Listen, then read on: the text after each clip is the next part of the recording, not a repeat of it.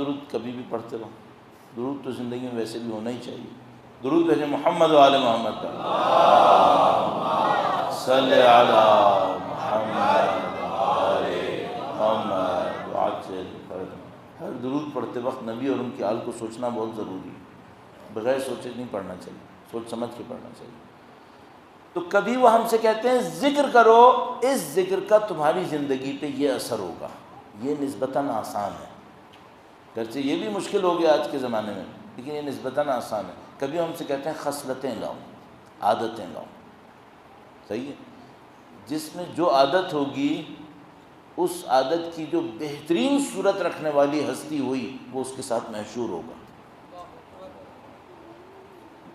مثلا کسی میں صادق کی عادت ہوئی, صدق کی, سچائی کی, تو کائنات کا جو سچا ترین ہوگا یہ اس کے ساتھ محشور ہوگا. ہاں صحیح, عادتوں کا یہ فائدہ ہے. اور ایک بات اور عرض کروں, میں نے کہا محشور ہوگا تو آپ سمجھیں گے میدان حشر. عادتیں برزخ تبدیل کرتی ہیں. محشر بعد میں آئے گا, پہلے برزخ. ہم مرتے ہی کہاں جائیں گے؟ محشر میں نہیں جائیں گے, پہلے برزخ میں جائیں گے. عادتوں کا اثر برزخ میں. کیا مطلب؟ آپ کو ایسی عادت بناؤ جو اچھی عادت ہو, تو کیا ہوگا؟ برزخ میں آپ کی ہمسائیگی اس عادت کے کامل شخص کے ساتھ ہوگی. برزخ میں آپ کی ہمسائیگی وہاں ہو جائے گی. تو مثلا کوئی آدمی صادق ہے, سچ بولتا ہے, اس کا مطلب ہے یہ سچوں کے ساتھ برزخ میں ہمسائیگی میں جائے گا. ہاں, یہ عادتیں بہت اہم ہیں. عادتوں کو آپ چھوٹا کاؤنٹ نہیں کیجیے گا. بری عادتوں کا سمجھ لیں, اس سے کیا ہوگا پھر. بری عادتیں اتنی بھی بلائی ہے. امام نے فرمایا, میں نے عرض کرنا تھا اور اتنی دیر ادھر ادھر بات کرنے میں ہو گئی, لیکن انشاءاللہ اس میں بھی بھلائی ہوگی انشاءاللہ تعالی. فرمایا کہ مومن کے اندر 8 عادتیں ہونا بہتر ہے, اچھا ہے, ایسا ہونا چاہیے. ہاں, فرمایا وقور عند الحراہر. پہلی بات, بلاؤں میں, مشکلوں میں باوقار اور پرسکون ہونا چاہیے. اچھا, کچھ لوگوں کو آپ نے دیکھا ہوگا ذرا سی کوئی بات آتی ہے بلوہ مچا دیتے ہیں, یہ ہو گیا, یہ ہو گیا, وہ ہو گیا. صحیح, کچھ لوگ ہوتے ہیں مصیبت میں ہوتے ہیں لیکن پرسکون ہوتے ہیں, پرسکون ہوتے ہیں. امام نے کہا مومن کو کیسا ہونا چاہیے؟ پرسکون ہونا چاہیے, باوقار ہونا چاہیے. میں نے تھوڑی بہت, میں بھی لوگوں کے ساتھ ڈیل کرتا ہوں, ظاہر ہے کوئی کام کر رہا ہوں تو مجھے لوگوں کے ساتھ ڈیل کرنا پڑتا ہے. تو مجھے وہ بندہ اپنے کام کرنے والوں میں بہت برا لگتا ہے جو چھوٹی چھوٹی باتوں کو بڑا بڑا بنا کے میرے سامنے پیش کرے. جناب کوئی فون کرے گا, کہے گا آج تو سائٹ پہ بہت مسئلہ ہو گیا. کیا مسئلہ ہو گیا؟ لائٹ گئی ہوئی ہے. کوئی نئی بات ہے, لائٹ جاتی ہے. جنریٹر ہے یا نہیں ہے؟ ہاں سر ہے. تو چلا لو. ٹھیک ہے, چلا لیتا ہوں. اچھا, اس کے لیے میرا وقت ضائع کیا؟ بلوا کرنا ہے تاکہ ذرا دکھائے کہ میں کچھ کر رہا ہوں. تو یہ تو چلو میں تھا, خدا کے سامنے بھی بلوا دکھا رہے ہو. امام فرمائے تم یہ کام نہیں کرو. تھوڑی مصیبت آئی ہے, صبر کرو. گھبراتے کیوں؟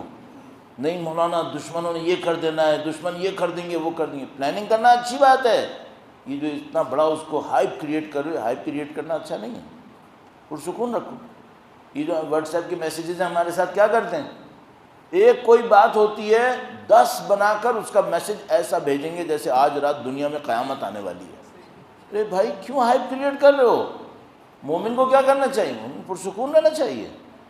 امام فرمانے پہلی چیز جو میں اپنے ماننے والوں کے اندر دیکھنا چاہتا ہوں, صاحبان ایمان میں دیکھنا چاہتا ہوں, کیا ہے؟ وقور عند الحراہر حزاحز. وہ مشکلات میں, مصیبتوں میں پروقار ہو. صبور عند البلا. ایک دفعہ ہوتا ہے فتنہ آیا ہے, کلیئر نظر نہیں آ رہا کیا کرنا چاہیے, امام فرمانے اس میں پروقار رہو. دوسری دفعہ کیا ہوتی ہے, میرے اوپر مشکل آئی ہے, ذات پر مشکل آئی ہے, امام فرمانے صبر کرو. صبر کسے کہتے ہیں؟ ہم نے صبر یہ سمجھا ہے, میرے جیسے نے, کم ہمت نے, وہ یہ کہ مثلا مجھے یہاں پر ایک تکلیف ہو رہی ہے. اچھا, اگر میں صبر نہیں کروں گا تو کیا کروں گا؟ جو مجھے ملے گا میں کہوں گا یہاں بہت تکلیف ہو رہی ہے, میں یہ کروں گا. جو صبر کرے گا وہ کیا کرے گا؟ خاموش رہے گا. صحیح ہے, تو خاموشی صبر ہے؟ خاموشی صبر ہے؟ نہیں. صبر کیا ہے؟ کہے گا کوئی بات نہیں, اللہ کی طرف سے اچھا ہی ہوگا, یہ صبر ہے. اندر اندر کوڑ رہا ہے، یہ صبر نہیں ہے، یہ صبر نہیں ہے۔ صبر کسے کہتے ہیں؟ صبر ہوتا ہے جس میں نفس تسلیم ہوتا ہے، تو ٹھیک ہے، اچھا ہو، اللہ کی طرف سے، کیوں گھبراؤ؟ دیکھو بندگان خدا، آپ سب ماشاءاللہ ہم سے بہتر ہیں۔ میں 55-56 سال کی عمر کا ہوں، اللہ نے 55-56 سال مجھے سلامتی کے ساتھ رکھا ہے۔ اگر سال 2 سال بیمار رکھے تو شکوہ کروں خدا سے؟ 50-55 سال صحت بھی تو دی تھی۔ اب اگر خدا بیماری میں ڈال دے، اللہ محفوظ رکھے، بیماری اور صحت اہم نہیں ہے، اللہ کی اطاعت اور دین کی خدمت اہم ہے، اللہ اس میں رکھے۔ دین کی خدمت کرنے کی طاقت دیتا رہے، بیماری ہوئی خدا نہ کرے میں دین کی خدمت نہیں کر سکا، ہاں اس پہ مجھے کوڑنا پڑے گا کہ ایک سعادت میرے ہاتھ سے نکل گئی۔ لیکن اہم یہ نہیں ہے کہ انسان کیا ہے، اہم یہ کہ وہ کر کیا رہا ہے۔ صبر کسے کہتے ہیں؟ خاموش بیٹھے نہیں، خاموش بیٹھنا صبر نہیں، کڑتا ہے خاموش ہو گیا، یہ تو معذرت کے ساتھ بے بس جانور بھی یہی کرتے ہیں۔ انسان کون ہے؟ انسان وہ ہے جو صبر پہ خدا کے سامنے شاکر رہے، یہ صبر۔ تو تھوڑا سا پڑھنے میں مجھے مشکل ہو رہی تھی، لیکن تو اس وجہ سے میں نے ہراہر پڑھ دیا تھا، اس کو حزائز تھا پہلا والا۔ وقور عند الحزائز، صبور عند البلاء، شکور عند الرخاء۔ جب آسانی ہو تو کیا کرے؟ شکر۔ شکر کسے کہتے ہیں؟ ایسا خدا نے مجھے آسانی دی، اب فوراً میرا دماغ کہہ رہا ہے کہوں دولت دی، صحیح ہے؟ کتنی حماقت ہے!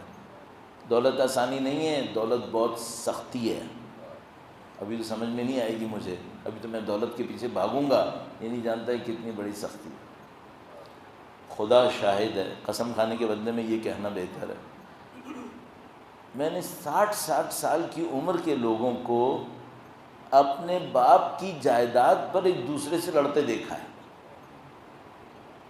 بندے خدا، خود تم 60 سال کے ہو، تم جس جائیداد پہ لڑ رہے ہو اس سے تمہیں فائدہ کتنے سال کا ملنے والا ہے؟ اور جسے کہتے ہیں وہ تلخ بات یہ ہے کہ جو 60 سال کی عمر میں باپ کی جائیداد پہ لڑ رہے ہیں ان کی اپنی اولاد بھی نہیں ہے۔ تم اس جائیداد پہ لڑ لو گے، چلو مل گئی تمہیں، 60 سال تمہاری اپنی عمر ہے، اولاد تمہاری ہے نہیں، اب ہوگا کیا اس کا؟ کچھ نہیں، نشہ ہے، یہ نشہ ہے۔ تو اس کو ہم سمجھنے اولاد اچھی، یہ دولت اچھی ہے، یقین مانو بعض اوقات دولت مند مرنے والے اللہ کے سامنے شکوہ کریں گے، خدا تو نے مجھے غریب کیوں نہیں مارا، یہ اولاد جس بدبختی میں پھنس گئی میری دولت کی وجہ سے۔ ابھی بہت اچھی لگے گی کہ میں اپنے بچوں کے لیے 4 وہ چھوڑ دوں گا زمینیں، اور پتہ نہیں اتنے گھر چھوڑ کے جاؤں گا، اور یہ اتنا پیسہ ہوگا، کل اسی پہ رونا پڑے گا، خدا نہ کرے نعوذ باللہ تعالیٰ، کہ میرے پیسے کے اوپر میرا بیٹا عیاشیاں کر رہا ہے، اور میرے پیسے کے اوپر میری اولاد ایک دوسرے کی گردن کاٹ رہی ہے، کاش غریب مر گیا ہوتا۔ تو ابھی آسانی کا لفظ پہلی چیز کیا سمجھ میں آئے گی؟ دولت مل جائے۔ نہیں بھائی، آسانی کی جو پہلی چیز ہے وہ تمہیں اطاعت مل جائے، سکون ملے کسی طریقے سے زندگی کے اندر، چین سے سو، سکون سے سو، اولاد کو خوش و خرم دیکھو، یہ آسانی ہے، اپنے والدین کو اپنے سے راضی دیکھو، یہ آسانی ہے، تم دیکھو تمہارے والدین تم سے خوش ہیں، ہاں یہ آسانی ہے، تمہارے پاس دنیا کی دولت ہے، تمہارے ماں باپ تم سے ناراض ہیں، کون سی آسانی ہوئی پھر؟ اولاد خوش نہیں ہے، کیا فائدہ ہوا پھر؟ کس کے لیے کمایا تھا اتنا ڈھیر سارا؟ خود تو مرنا ہی تھا۔ تو امام نے فرمایا کہ ہمارا جو مومن ہے وہ کیا کرے؟ وہ فتنوں کے وقت میں پروقار رہے، مصیبتوں میں صابر ہو، آسانیوں میں شاکر ہو۔ شکر کرے کیا مطلب؟ الحمدللہ کافی ہے؟ نہیں، نعمت کو اس کی جگہ پہ استعمال کرنا شکر ہے۔ شہرت ملی ہے، اچھی جگہ پہ استعمال کرو، اپنی عیاشیوں کے لیے استعمال نہیں کرو۔ طاقت ملی ہے، اچھی جگہ پہ استعمال کرو۔ اچھی جگہ کسے کہتے ہیں؟ جس سے آخرت بنے، وہ اچھی جگہ۔ ایک آدمی کو طاقت ملی، اس نے اپنے لیے 5 گھر اور بنا لیے، تم نے کیا کیا ہے؟ تم نے زہر کو 5 زہر میں تبدیل کیا ہے، کاش ان میں سے ایک کو آخرت میں تبدیل کر لیتے۔ طاقت کو صحیح جگہ استعمال کرو۔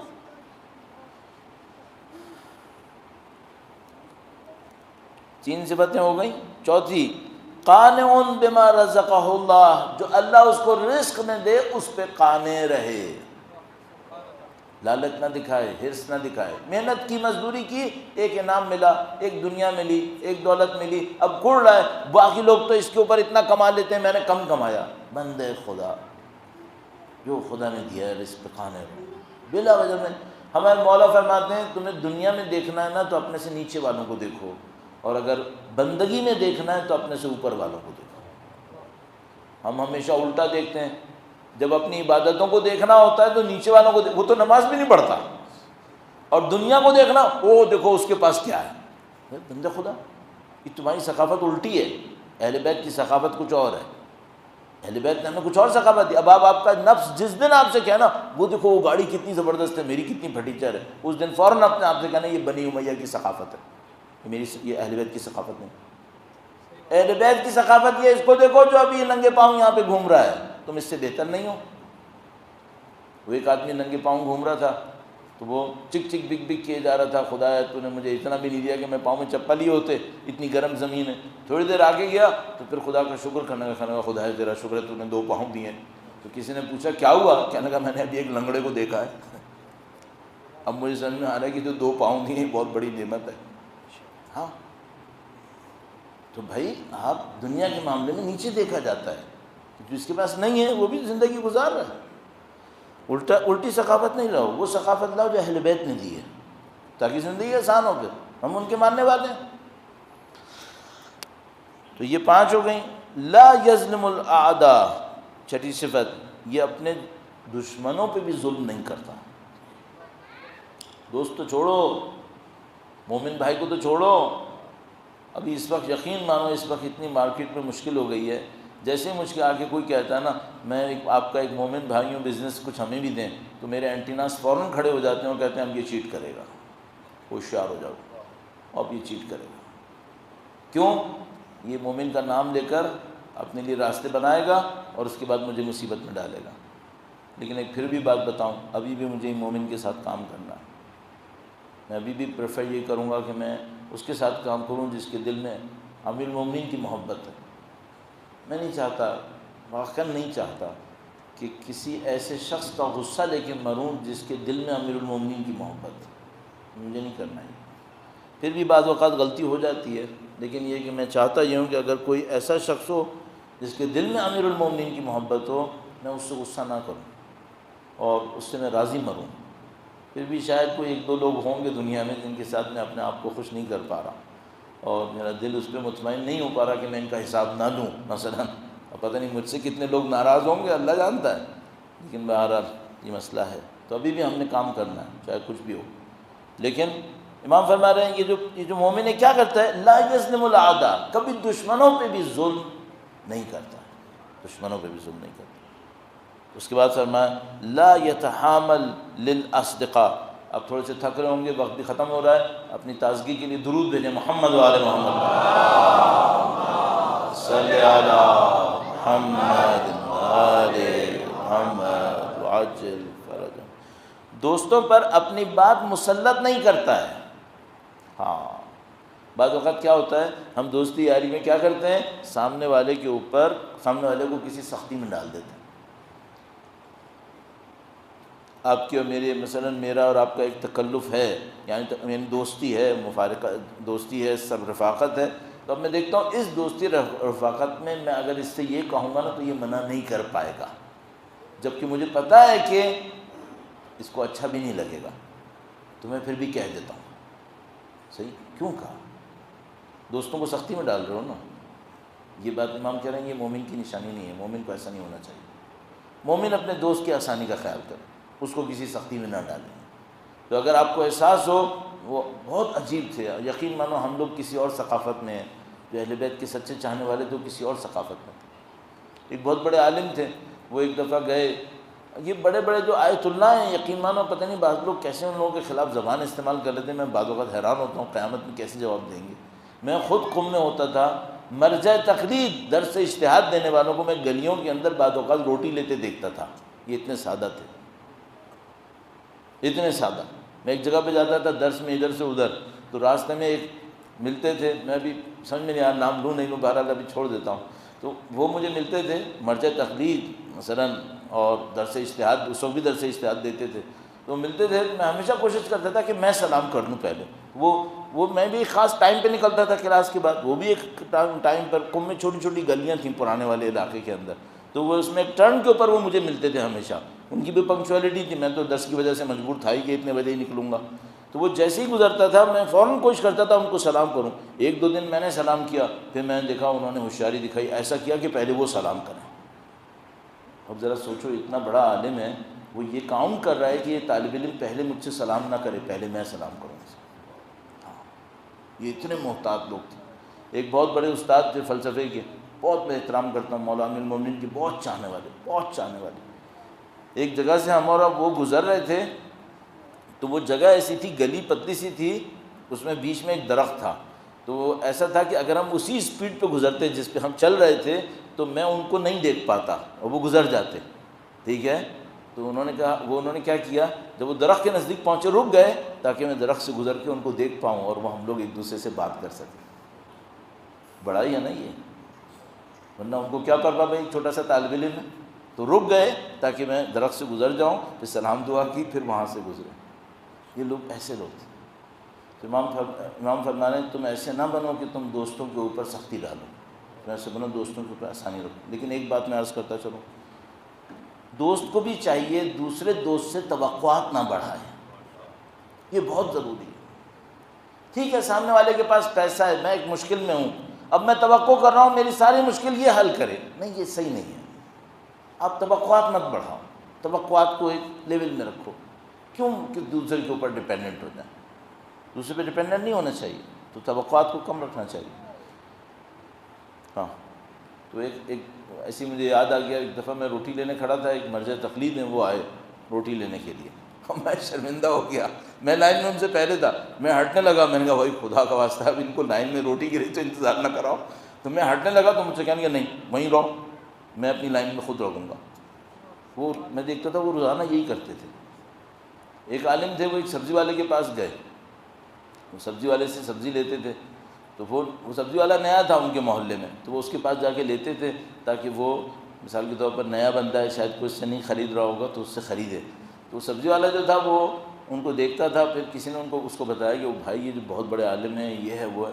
تو وہ گئے سبزی لینے کے لیے، تو اس نے ڈسکاؤنٹ دیا، اور وہ ڈسکاؤنٹ بھی دیا اور اچھی سبزیاں ڈالنے لگے.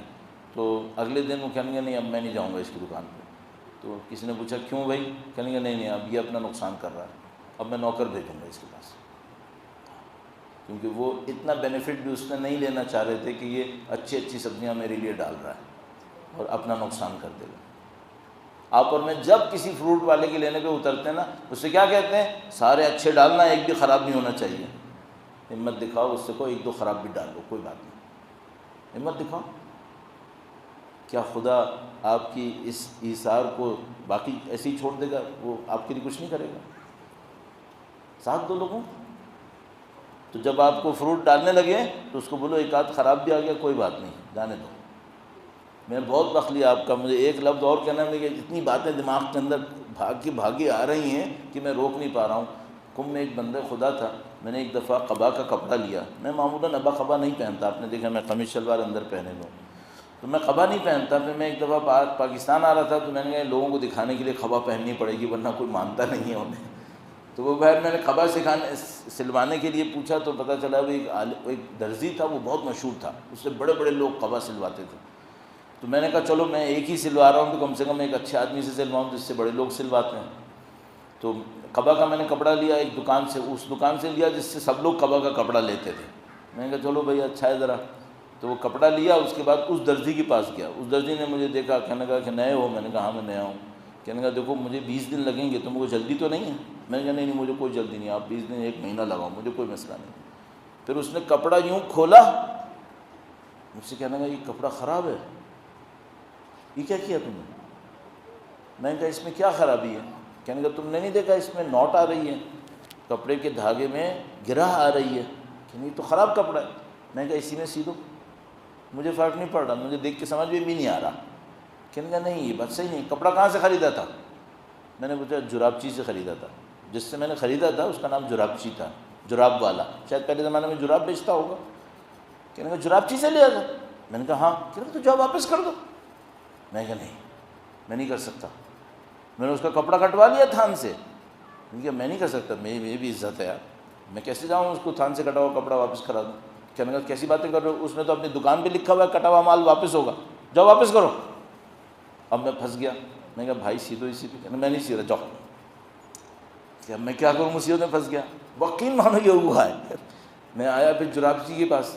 اب میں شرمندہ. میں نے دیکھا پہلے کہیں لکھا ہوا بھی ہے نہیں لکھا ہوا. اس نے لکھا ہوا تھا کٹا ہوا مال واپس ہوگا.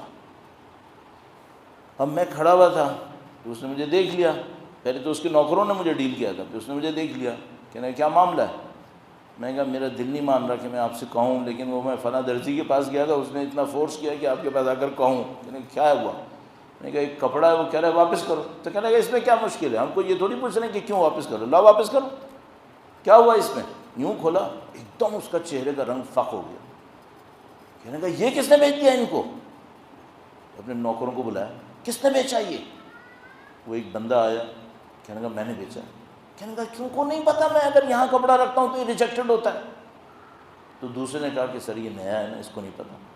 تو پھر مجھ سے کہنے لگا معذرت چاہتا ہوں آپ کو بیچ دیا. میں نے کہا بھائی معذرت، میں تو کچھ شرمندہ ہو رہا ہوں کہ میں تمہارے پاس لایا کیوں ہوں. کہنے لگا نہیں کوئی مسئلہ نہیں ہے، ہم نے تو لکھا ہوا ہے یہاں پہ کٹا ہوا مال واپس ہوگا. مجھے آپ ایک بات بتاؤ، یہ امام کے چاہنے والے ہیں نا، یہ جو جرابچی ہے نا، اس نے مشہد میں 3 منزلہ ایک گھر رکھا ہوا تھا. ایک دن میں مشہد جانے والا تھا، بہت رش کا ٹائم تھا، ہوٹلز میں جگہ نہیں مل رہی تھی. تو ہمارا ایک دوست تھا، وہ مجھ سے کہنے لگا آپ مشہد جا رہے ہیں، فیملی کے ساتھ جا رہا تھا. میں نے کہا جا تو رہا ہوں، ہوٹل میں جگہ ہوگا مل نہیں رہی ہے کوئی. کہنے لگا کوئی مسئلہ نہیں، میں آپ کو ایک جگہ دلاتا ہوں. وہ گیا جرابچی کی دکان پہ، اس کی دکان پہ. تو اس سے کہنے لگا کہ آغاز یہ ہمارے ساتھی ہیں، یہ مشہد جا رہے ہیں اپنی بیگم اور بچوں کے ساتھ، 2 بچوں کے ساتھ، آپ کا گھر خالی ہے کیا. تو اس نے کہا میں دیکھتا ہوں. پھر ایک رجسٹر میں دیکھا.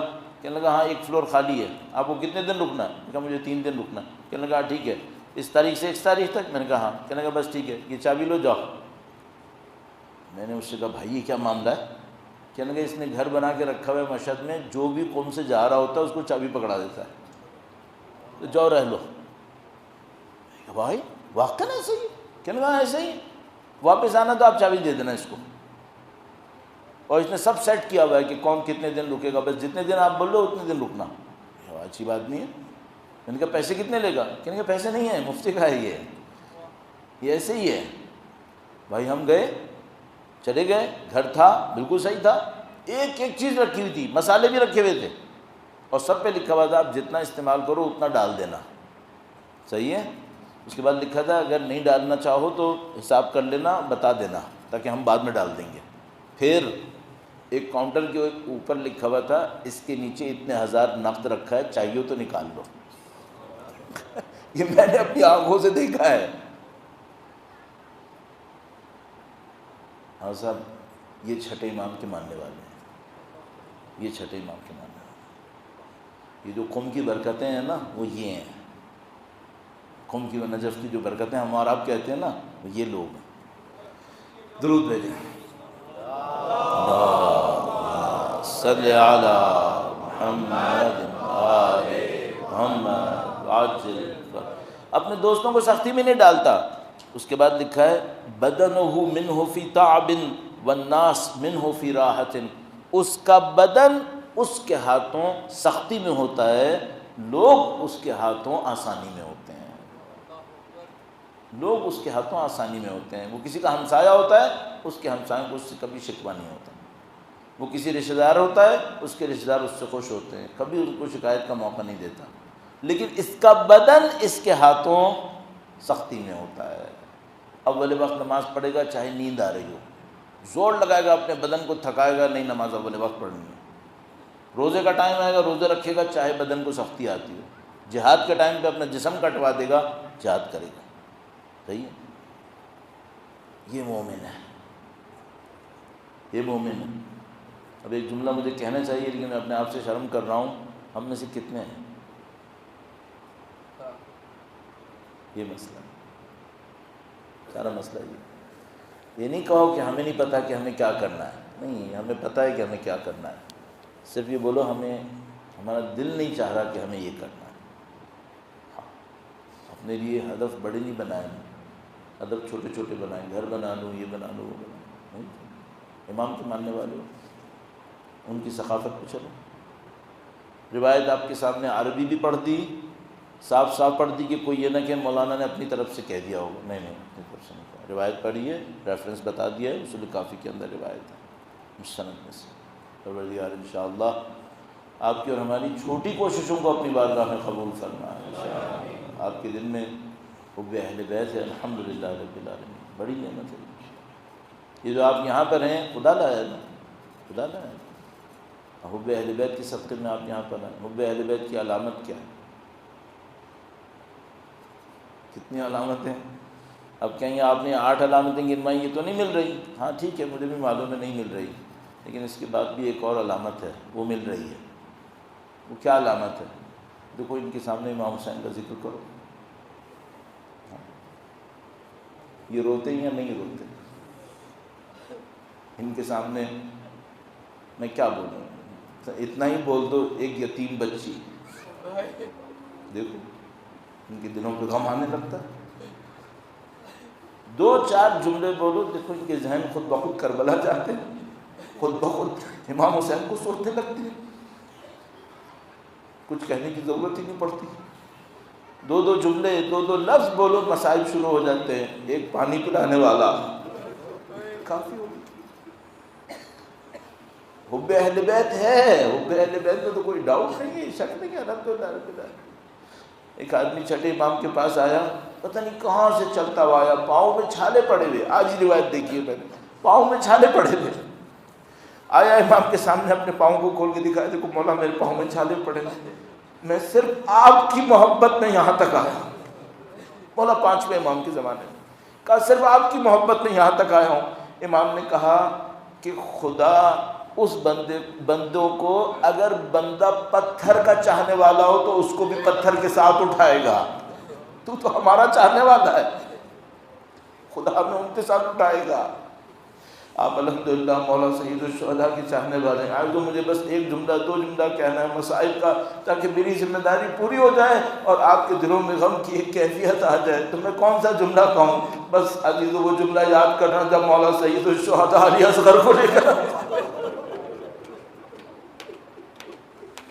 جو بچے والے ہو جاتے ہیں، اگر بچے کے اوپر کوئی بے زبان بچہ ہو، بول بھی نہیں پا رہا ہو کہ تکلیف کیا ہے، اگر وہ بل بلاتا ہے تو کیا گزرتی ہے، بس وہ لمحہ سوچنا جب علی اصغر امام حسین کے ہاتھوں میں بل بلا رہے تھے، وہ جو علی اصغر ہل رہے تھے مولا سید الشہداء کے ہاتھوں میں، تو مولا کو ایک ایک بات پتا تھی کہ جو میرا بیٹا علی اصغر ہل رہا ہے یہ پیاس سے ہل رہا ہے۔ پھر ایک تیرے سے تب چلا، اب بچے نے گردن کٹنے میں ہلنا شروع کیا۔ اب مولا کو پتا تھا اب یہ علی اصغر جو ہلا یہ پیاس کا نہیں ہے، یہ گردن قطع ہو گئی ہے۔ اب بچے کو سانس نہیں آ رہی تھی، بچہ سانس لینے کے لیے ہلا،